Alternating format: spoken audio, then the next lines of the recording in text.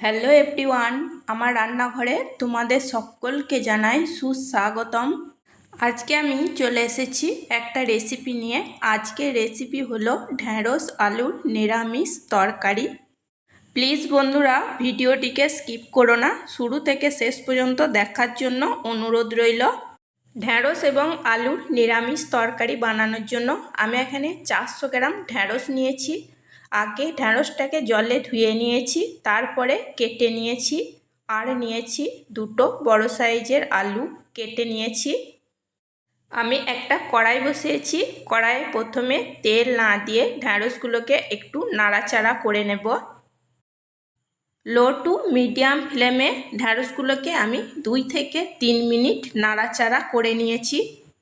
এখন দেব 1 টেবিল চামচ মতো সর্ষের তেল। একটু নাড়াচাড়া করে নিয়ে দেব অল্প পরিমাণ হলুদ এবং অল্প পরিমাণ লবণ। আবারও নাড়াচাড়া করে নিয়ে গ্যাসের ফ্লেম লো টু মিডিয়াম রেখে ঢ্যাঁড়সগুলোকে 2 থেকে 3 মিনিট ভেজে নেব। ঢ্যাঁড়স ভাজা হয়ে গেছে, নামিয়ে নেব।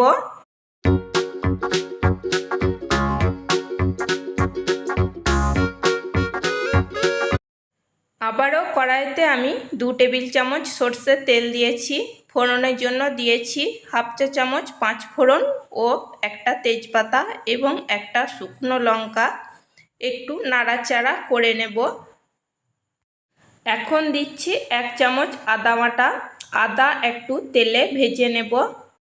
আদা একটু তেলে ভেজে নেওয়ার পর আলু দিয়ে দেব।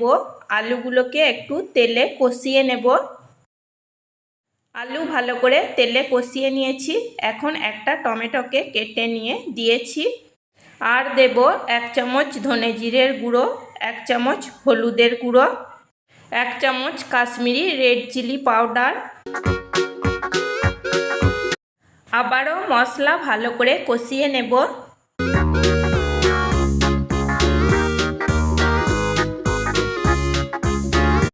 মশলা ভালো করে কষিয়ে নিয়েছি। এখন দিচ্ছি টেস্ট অনুযায়ী লবণ এবং প্রয়োজন মতো গরম জল। গরম জল দিয়ে নাড়াচাড়া করে নিয়ে গ্যাসের ফ্লেম মিডিয়াম রেখে ঢাকা দিয়ে 5 মিনিট রান্না করে নেব। মিডিয়াম ফ্লেমে 5 মিনিট ঢাকা দিয়ে রান্না করে নেওয়ার পর আমি ঢাকা সরিয়ে নেব। এখন আমি ভেজে রাখা ঢ্যাঁড়সগুলোকে দিয়ে দেব। নাড়াচাড়া করে ঢ্যাঁড়স এবং আলু ভালো করে মিশিয়ে নেব।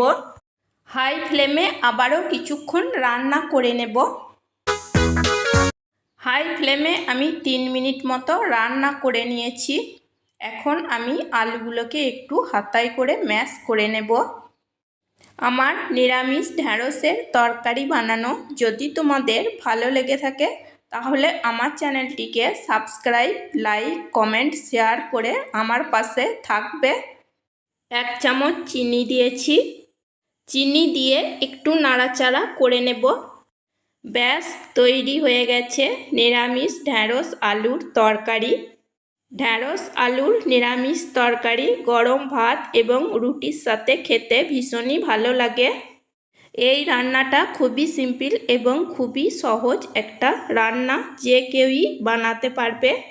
বন্ধুরা, এই রেসিপিটা যদি তোমাদের ভালো লেগে থাকে তাহলে অবশ্যই একবার বাড়িতে বানিয়ে নিও। লাইক করো, কমেন্ট করো। তোমাদের লাইক কমেন্ট আমার কাছে খুবই গুরুত্বপূর্ণ। প্লিজ প্লিজ বন্ধুরা পাশে থেকো। আজকের মতো এই পর্যন্তই। চলো টাটা, বাই।